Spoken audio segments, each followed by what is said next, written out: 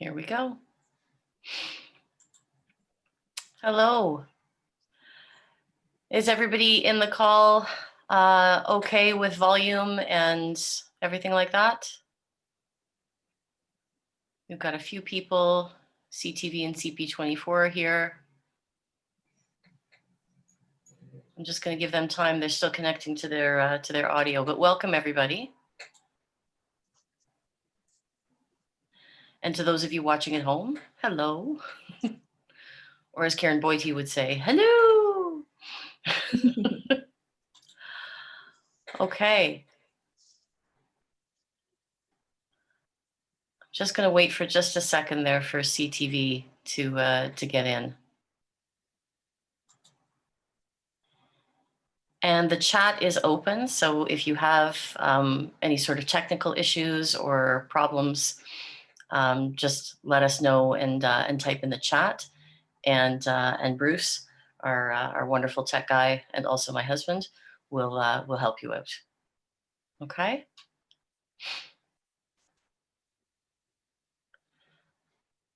Not sure what's happening with CTV, but shall we just get going? Okay. Okay. Okay, no problem. All right, everybody, good morning.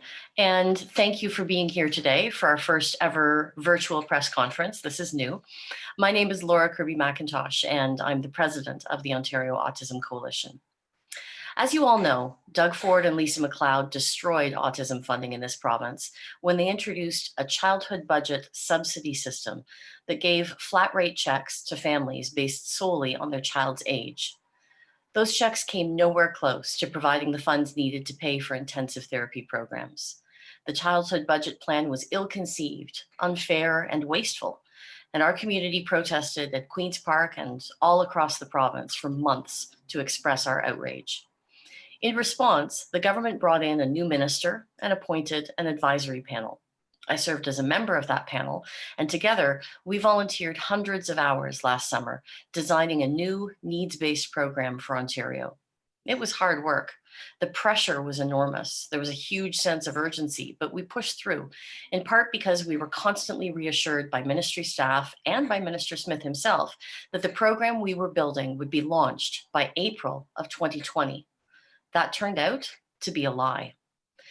But we kept our end of the bargain. We did what we were asked to do. We released extensive recommendations on how to build what could have been the best autism program in this country.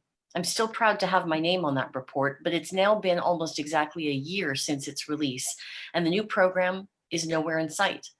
Some of my fellow panel members have privately expressed deep concerns about the lack of action that we've seen when it comes to implementing our recommendations. I'm here today because I'm questioning what all that work was for. I feel like we were either intentionally deceived or the minister and his staff are simply incapable of delivering on their promises. But whether it's malice or incompetence that's causing the delay, the impact is the same. Children with autism in Ontario are going without the therapy they need. In December last year, just 2 months after saying that the new program would be ready in April 2020, Minister Smith suddenly announced it would have to wait until 2021. I sat in the media studio that day feeling stunned and betrayed. Many of the parents who were there with me burst into tears. Smith announced something called interim one-time funding that parents would be able to access while they waited for the new program. He basically just extended the MacLeod plan and stuck a new name on it. And then, to add insult to injury, MPP Jeremy Roberts, Smith's parliamentary assistant, told families that this interim plan was, quote, better than nothing. That's not the standard we should be aiming for, and he of all people should know that. Another 10 months have gone by since that day, and we are nowhere near seeing the full program that the advisory program recommended. Whatever hope I may have once expressed about Todd Smith has been completely shattered, and I didn't really have much faith in this government to begin with. When you ask the minister for comment later, as I know good journalists will, he'll tell you that they're working as hard as they can. He'll tell you about the early intervention programs that have been launched, the implementation working group, and foundational services. We can give you their talking points. In fact, we have given them to you. They're available in the digital press kit that you can find on our website. What the minister won't tell you or can't tell you is when families can expect the implementation of what our panel called core services. Core services include behavior, speech, and occupational therapy, as well as mental health supports and alternative communication technology. These are the services that are most important to family. It's what we've been fighting for all along, and they're nowhere in sight. So I want to conclude my remarks today by addressing the Premier and Minister Smith directly. The autism community needs core services now. Don't tell me that you're working as hard as you can when you only have the implementation working group meeting once a month. Do better. When you get asked about this in the legislature or the press, don't use the same old talking points that you've been using for months. We already have them memorized. Do better. You could start by being more transparent and by asking your staff to actually answer our questions. Don't ask us to believe that you're trying your best when you've missed deadlines that you yourself established. You've lost our trust, and the only way you're going to get even a shred of it back is to do better. Launch core services now. We didn't protest in the snow and the rain and the heat for months last year to hear you talk about early intervention services. Those are good to have, but they're not core services. We didn't hold meetings with our MPPs, share our pain publicly, and come to Queen's Park repeatedly so we could get parent training workshops. Again, those are nice to have, don't get me wrong, but we protested because our children need therapy. That means that the minister's number one priority on this file should be launching core services. Is that in any way unclear, Minister Smith? Do better. I'm going to turn things over to our Vice President next to discuss one of the simple ways that the government could do better by actually spending all of the money in the OAP budget. Angela? Yes, thank you, Laura. Good morning, everyone. My name is Angela Brandt. I am the parent of a teenager with autism, a statistician, and Vice President of Research for the Ontario Autism Coalition. I'm here today to speak about the underspending of the Ontario Autism Program, or OAP, budget. During an interview about his first year as Premier, Premier Ford was asked if he could have one do-over, what would it be? Ford was quick to mention the autism file. He stated the autism file was close to his heart and that he should have set the Ontario Autism Program budget at $600 million from the get-go. The current government continues to proudly announce they increased the OAP budget.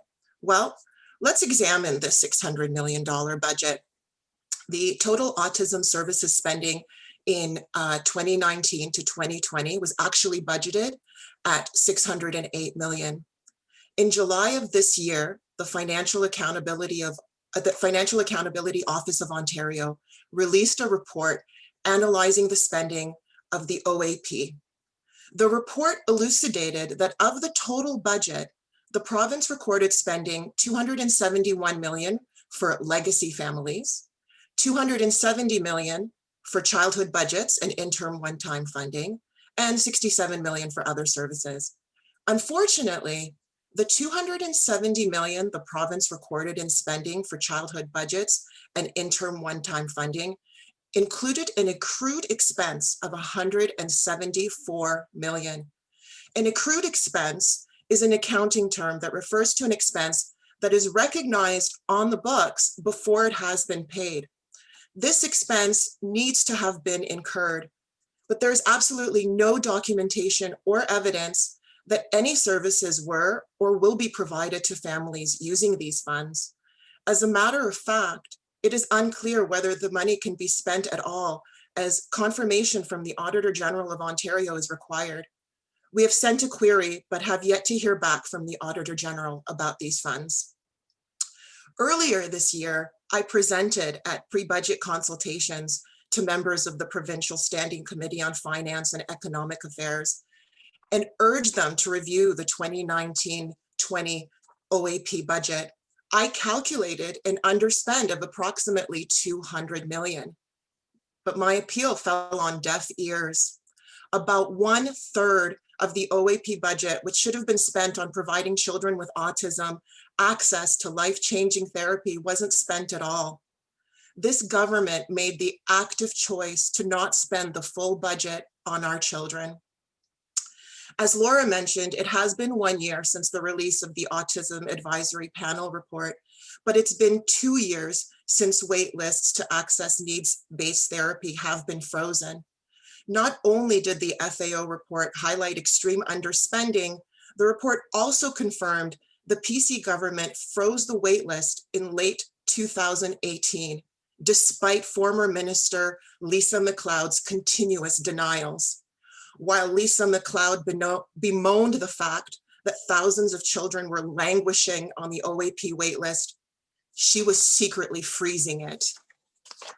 As a result of barring access to therapy, families that were about to receive services didn't, and many service providers had to lay off staff or close their doors. The destruction of the OAP and the waitlist freeze made it impossible for the budget to be spent. Capacity for autism services has been decimated as a result of the destruction of the OAP and waitlist freeze. Families that have received childhood budgets or interim one-term funding are either unable to access the intensity of therapy their child requires or not able to access therapy at all. Children receiving these subsidies should not be considered in service. There are actually fewer children now that are receiving needs-based therapy than in previous years. Since the freezing of the waitlist, 0 children moved into service. The Ford government had one job to do: move children off the waitlist. They failed miserably. As a plan, the Ontario Autism Program appears to have been designed as a non-starter. Many children have lost valuable time. The loss of access to needs-based therapy, combined with therapy providers closing their doors due to the pandemic, not only means many providers will close permanently, but it also means these children that have been waiting for therapy may never gain the skills they require to function in society. This delay has and continues to cause irreparable harm. There will be long-lasting effects to the government's blunder with the OAP, and will potentially cost our government billions in long-term support for this generation of children with autism. April 2020 has long since passed, and it's been a year since the Ontario Autism Advisory Report was released, but there's no new OAP in sight. Now, I'm going to turn over things to Alina Cameron, and she's going to discuss how this delay has affected her family personally. Thank you, Angela. I would like to thank the OAC for the opportunity to speak today. My name is Alina Cameron. I'm a member of the Northern Autism Families Matters leadership team, and I also serve as a member of the board of directors for the OAC as a Northern parent representative. I reside in Slate River, a community in the riding of Thunder Bay Atikokan. By training, I'm an epidemiologist specializing in laboratory and infectious disease epidemiology. I'm also a wife and a mother to 3 incredible children, aged 8, 5, and 3. Our 5-year-old Fiona was diagnosed at around 2 years of age as autistic, although we knew she was different from around the age of 6 months. Recently, she was also diagnosed as having global developmental delays as a result of her autism. Now, over 5 years later, we're still fighting for any scrap of help that we can manage to find in this great Ford OAP disaster. I'm so very proud of Fiona. She's an amazing person who is genuine, happy, and eager to learn. Fiona experiences the world in a much different way than we do and requires assistance with every aspect of her day and night. Fiona needs timely and consistent needs-based therapy. However, due to the fact that she is autistic and a resident of Northwestern Ontario, she's not receiving that. What little bit of professional care we have received took years to access, is piecemeal, temporary, and is completely inadequate. Our hope of Fiona receiving the care she needs when she needs it is quickly vanishing. Fiona recently received her one-time interim funding amount of $20,000. This amount is affording us part-time therapy from now until sometime in February. That's it. The problem is, Fiona's needs are such that she should be receiving full-time behavioral therapy as recommended by a professional behavioral therapist. The price tag for behavioral therapy full-time for Fiona is $93,000 per year. Fiona wouldn't need $93,000 per year indefinitely, but it's what she needs now. So we've been forced to stretch our interim funding as thin as possible while trying to maintain clinical relevance of the therapy. Even with that, it only takes us to February, and I dread February. After that, we don't know what will happen. We don't know what core services will look like, when they will start, or when Fiona will have access to them. We know that core services won't come online for 40,000 families overnight because Ontario doesn't have that level of service capacity. It's going to be a painfully slow process. Here's what will happen to my family, as to others. Our interim funds will be exhausted well before core services are available. Fiona will lose her spot at her service provider. Because we are a northern family where service capacity has been decimated under the Ford government, she will likely not get a spot again for years. Fiona will regress, despite our best efforts at home to maintain consistency. My little girl, who is shining so brightly right now, will fall back into dysregulation and the myriad of problems that come along with that. Her ability to learn will slow again, and I will have to watch my child suffer knowing full well that the Ford government could have fixed this ages ago. This is not a seamless transition. This is a disaster. I asked Minister Todd Smith directly, where is the transparency you promised? The ambiguity on the MCCSS website is keeping families from making informed decisions about their futures. The families who contact MCCSS offices for clarification are given stock answers cut and pasted from the same website. When advocates compile questions and bring them to MCCSS on behalf of a frustrated community, they are also given the same stock website answers. Minister Smith, we aren't bombarding your offices with questions because it's fun. We need this information so we can plan for our future. We need to plan for the coming service gaps between the end of our funding and the start of our access to core services. For families, that planning includes massive financial decisions, childcare, educational plans, and importantly, logistics. For those of us who have to travel hundreds, if not thousands of kilometers to access care. Those distances, I might add, have grown exponentially for many while we've been waiting for the Ford government to roll out the OAP. Fiona cannot pause her autism. You are wasting time she does not have. This is her developmental time now. The fact that we are in the middle of a pandemic should hasten efforts at the ministry.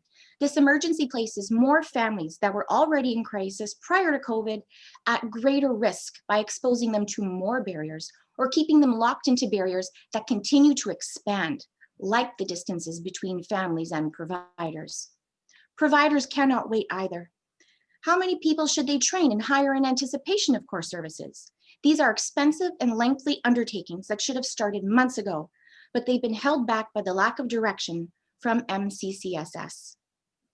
We're not the only family in this situation. We are not an outlier. This narrative is repeated tens of thousands of times across Ontario. Children on the autism spectrum and their families have been left behind by the Ford government. I constantly think about families living in northern, rural, and remote locations who now have zero access to services due to the widening Ford capacity gap. I would like to acknowledge them and encourage them to continue reaching out to our organizations. Please share this space with us. Your community's needs are unique and your stories are important. Families need meaningful information about the OAP now. Families need MCCSS to take stakeholder relations seriously now. Families need core services now. We aren't going away. Time's up, Todd. Thank you so much, Alina. We now want to turn things over to those of you that have joined us on the call for questions and answers. So if you want to unmute, you can ask us a question, or if you prefer, you can put it in the chat. And also those of you that are watching live, if you have questions, you can communicate with us on Facebook. So any questions for either myself or Angela or Alina? Go ahead. Hi all, it's Colin DeMello at CTV. You can hear me? Yes, we can. Perfect. So I think during the pandemic, what a lot of people had noticed was kind of an impact on their children, regression, just the ability to cope with the pandemic itself, having to stay at home, not having access to friends or schools was obviously difficult. Can you guys talk about the impact on children with autism? How difficult has this been for them over the last number of months? I'm happy to start out with an answer on that. I mean, first of all, understanding an invisible virus is really challenging for a lot of our kids who are often very literal thinkers. And then explaining why things are closed has been really difficult. The isolation and the lack of access to therapy has compounded that. And certainly what I'm hearing as president is about a lot of families that have, their child has seriously regressed, has developed new behavioral challenges. And socially, I mean, the lack of interaction with other kids has a devastating impact on our kids socially. The lack of access to therapy, though, has been the real difficulty. I mean, it was hard enough to access therapy before. The people that were able to get, a few hours a week now couldn't get anything because centers were closed. And then you add to that the difficulties with the reopening of schools, and really, I mean, the impact is devastating, and we won't really be able to measure it, I think, for a few years. Alina or Angela, do you want to add in on that? Well, I can speak about my son. He is, a lot of children with autism, one of the things they struggle with most is social skills. And with the pandemic, that is where my son has regressed the most. He does not have access to the society at large that he used to have to, being out in the community. All of the people wearing masks is extremely frightening. The sensory input of wearing a mask, and of course I would prefer for him to wear one if we're out in public, if he can.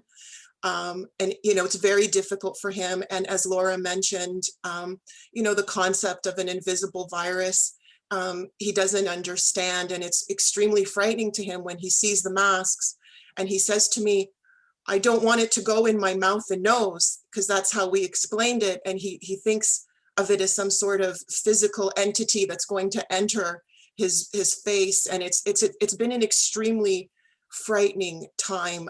Some of the gains that he was making academically, he's stunted, or he's lost some of them without that constant intervention. There needs to be duration and intensity for our children when it comes to therapy. And, the OAP program didn't allow that to begin with, but for the lucky few that were getting it, the pandemic has pretty much canceled that for them as well. Alina? Alina, do you want to talk about how the pandemic's impacted your family? Yeah, so in addition to what Laura and Angela have said, that my daughter's younger than their children. She's 5, so she doesn't understand any of this. And she doesn't understand infection control protocols. So she won't wear a mask. She mouths everything to explore her world. She's affectionate. She likes to hug people when she sees them and when she meets them. So accessing services for us was impossible just because of that. I can't send her to school. I've had to hold off on respite workers. Our support system dwindled down, and her start date for accessing therapy was pushed back considerably because of that. But in addition to that, there's the stress on the children. There's the stress on the families, because we're suddenly becoming therapists and teachers and everything to our children all at once. And some people were lucky and were able to access online coaching, but the brunt of that work fell on families. And then there's the stress that happened to our providers, who were struggling to keep their doors open during the pandemic and were getting no help at all from the government. So it's kind of a three level impact, I would say. Thanks for that, guys. Any other questions that you guys want to ask? Yeah, I just have a follow-up. So in the conversations that you guys have had with the Ministry of Finance over the upcoming budget next week, have you been given any positive indications in terms of what is coming specifically for families of children with autism? And what is your expectation here with that budget? Because I mean, they're spending billions of dollars. It's a $38.5 billion deficit already. It seems like there could be some room to actually finally have the program you guys are looking for. Mhm. Do you want to take that, Angela? Well, there has been very little transparency and very little communication from the ministry. What we were told, obviously everybody was aware once the FAO report came out that there was 174 million that wasn't spent in the previous fiscal budget. So the ministry made an announcement back in September saying that over the 2019 and 20 budget and 20 to 21 budget, they will be spending 1.2 billion. So I guess that would be, 600 million over 2 years. I haven't seen any evidence that almost 200 million has been moved forward to the new fiscal year. I'm also very wary that they're going to be able to spend that budget. The implementation committee is only meeting once a month. I don't think they're anywhere near launching core services. I do not trust that the program will even be available in 2021. As in the previous fiscal year, all of the damage that they have done didn't allow them to spend the full budget. And I see that happening in this current fiscal year as well. I don't see how they're going to be able to spend the budget if they don't launch core services ASAP. Exactly. I have nothing to add. Okay. Anybody else with questions? You could mention Patrick's piece in the account. Oh yeah. Actually, Colin, just as an add-on to that, one of the things that's in our press kit that would really be worth looking at on this issue of the budget is a piece written by Patrick Monahan, an autism dad up in Ottawa.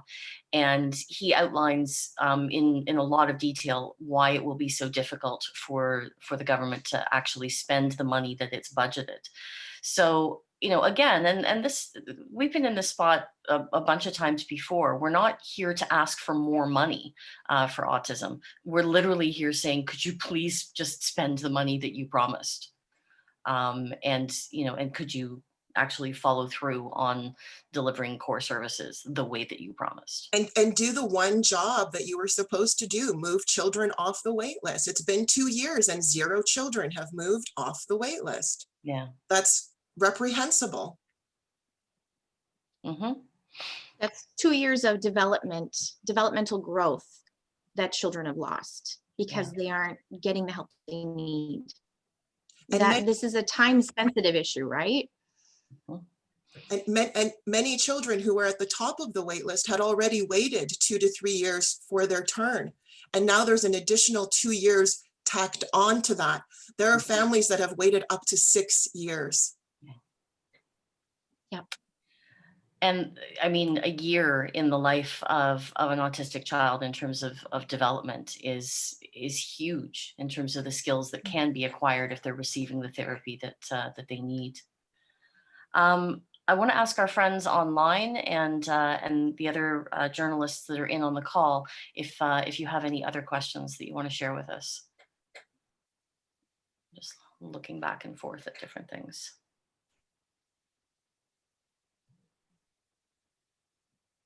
No? Okay. Is there anything else that you guys want to add, Alina or Angela? Is there anything that's occurred to you in the last few minutes that you want to say? I've got one little rant that I want to go on, but I'll wait. Go ahead, Laura. Okay. I just want to say one thing, and I just want to mirror what Laura's saying, and that is, as a community, we have lost faith. We would like our faith to return. Please make that happen. Yeah. Yeah. One of our members is asking what's our next step. I think this is our first step. this isn't during a global pandemic. It's not an appropriate time to organize, another big rally at Queen's Park. But I think definitely, we're looking at different options like a phone campaign, a letter campaign, encouraging people to reach out to their MPPs again to let them know that, this isn't over. Just because there's a pandemic, it doesn't, and we've been relatively quiet doesn't mean that we're okay.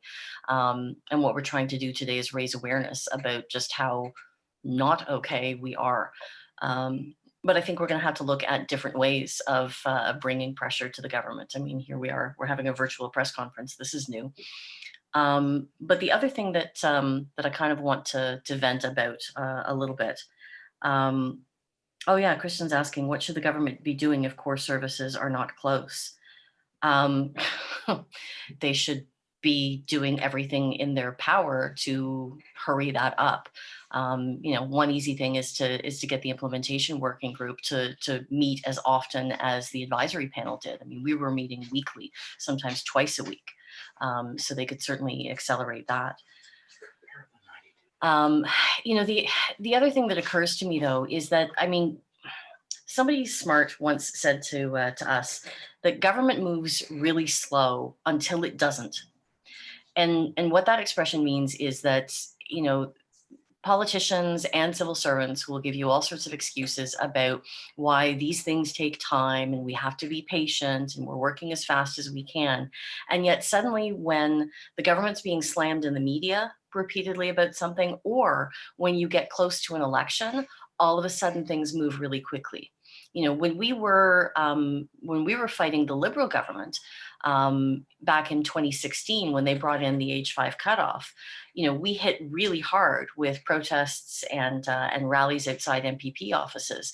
But at that point, the Liberals were only about a year away from an election. And within 92 days, they overhauled the program and launched it. So, here we are sitting, we're talking about, 2 years of delay.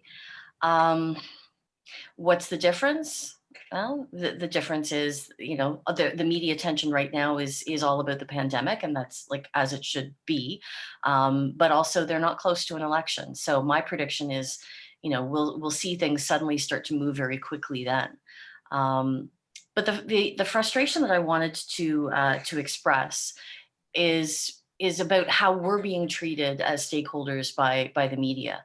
We sent in a list of an extensive list of really specific questions to the minister's office staff back in July. And we actually got a meeting with the chief of staff and another assistant. And we went through all of the questions and said, look, these are things that we want to know. We had questions about service capacity and about the wait list and about the response rate for childhood budgets, like really specific things. About 8 weeks later, what we got back was a document that just cut and paste stock talking point answers to our questions. And in some cases, the answers didn't really make sense connected to the questions that we had.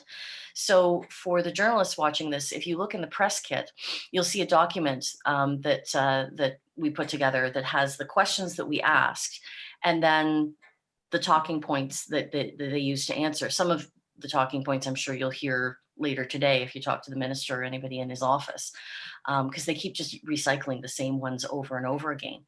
And we've been, in contact with the minister's office since. There's a new chief of staff in place, trying to actually get answers to these questions. And we keep getting the same talking points back. And one of the things that we'd really like to see is a little bit more honesty and transparency in actually answering the questions. It's pretty infuriating when you can see the government, doing a cut and paste job in their own documents. Can I add something to that, Laura? Yeah. A part of the faith that we lost, the reason for the faith that we lost is because of things like that, where there is no transparency. And, they're providing us with these cut and paste responses. And it's also, it's been 1 year since the report has come out, and we've actually heard rumors that they're not following the guidelines. Mm-hmm. And, we don't know what the program is going to look like, but we do hear things. And in the meeting in the pre-budget committee meeting, Jeremy Roberts said to me not to rely on rumors, but that's all we have. And that's what we have to rely on because we don't have any other communication. And we've heard rumors that they're not following the guidelines, that they're going to build an assessment tool, which Laura can speak to. The panel was very adamant about not having, that it should be clinical. It should not be a bureaucratic process. So we want the ministry to come back to us. Let us know what the program is going to look like. We want to make sure that they actually are following the guidelines. We want our faith restored. We want our children to be able to access the world around them. Yeah. I've always said that really I would love for our organization to not have to exist at all. It would be really nice if we were just able to exist as sort of a social club and that kind of stuff. But the Ontario Autism Coalition exists because there was a need for direct political action on this file. And the way things are going, I don't think we're going to be stopping anytime soon. So we've actually grown exponentially. I know. Right across the province. We're up over 10,000 supporters right now. It's amazing. And I just want to say to all of those supporters, I know that that many of you are watching online. We're going to continue to fight for your kids. That's our mandate. And this is just one of the things that we've got in our toolbox, but we're certainly open to ideas. If you've got any other ideas about things that we can be doing to make some noise. And if you're ready to join us in continuing to make noise, let us know. Okay, I'm just gonna ask one other time if there's any other questions from either those of you watching online or the journalists in on the call. If not, we're available for interviews later today. And you can certainly reach out to us. Contact information is on the press release and the media advisory. And we're happy to do individual interviews with us, or with you rather, anything that you need. Okay. All right, guys. Well, thanks for joining us. This was historic. We've never done a virtual press conference before. It feels different. But thanks so much for joining us, and stay safe out there. Okay. Thank you. Thank you. Bye, guys. Bye.